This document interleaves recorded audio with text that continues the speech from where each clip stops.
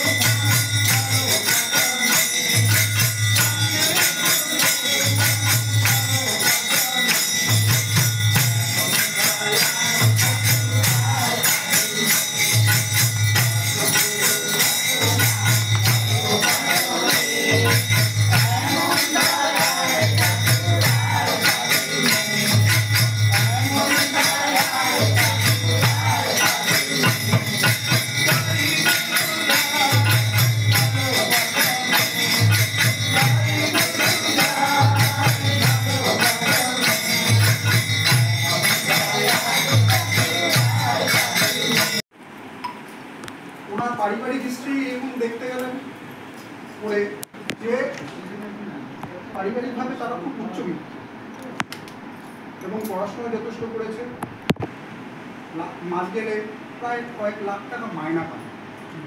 সেই ভদ্রলোক কেন সুসাইড করলেন?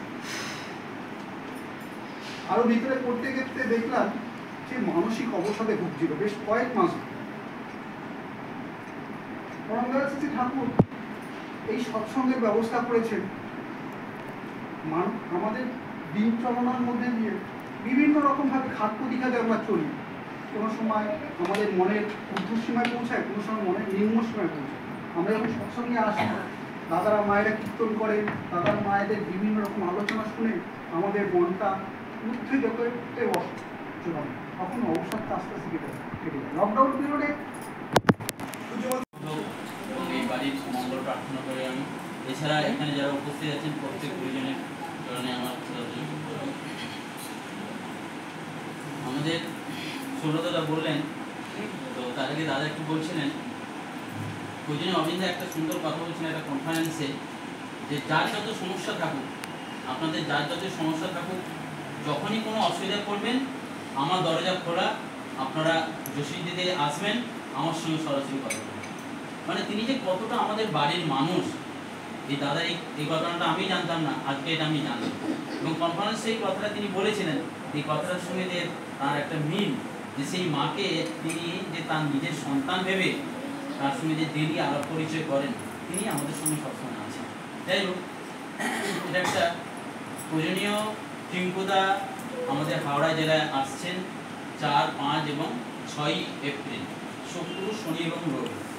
আমাদের এরিয়ায় উনি ঢুকবেন 4 তারিখে, 4 এপ্রিল শুক্রবার, এবং তিনি টাইমিং করেছেন সকাল 10টায়। এবং তার এই 3 দিনে তিনি মোট 15টা কেন্দ্র মন্দিরে যাবেন। 15টা কেন্দ্র মন্দিরে যাবেন, এবং 15টা কেন্দ্র মন্দিরে যারা আমরা আয়োজন করছি, ঠাকুরের নাম গুণসংকীর্তন এবং আলোচনা হয়। পূজনীয় টিঙ্কুদা দেওঘর থেকে আমাদের হাওড়া জেলায় আসছেন 4, 5, 6 তারিখে এপ্রিল মাসে, সেটাও জানিয়ে দেওয়া হয়। এবং তারপর সমবেত প্রার্থনার মাধ্যমে আজকে সৎসঙ্গ শেষ হয়। অবশেষে সকলকে প্রসাদ দেওয়া হয়।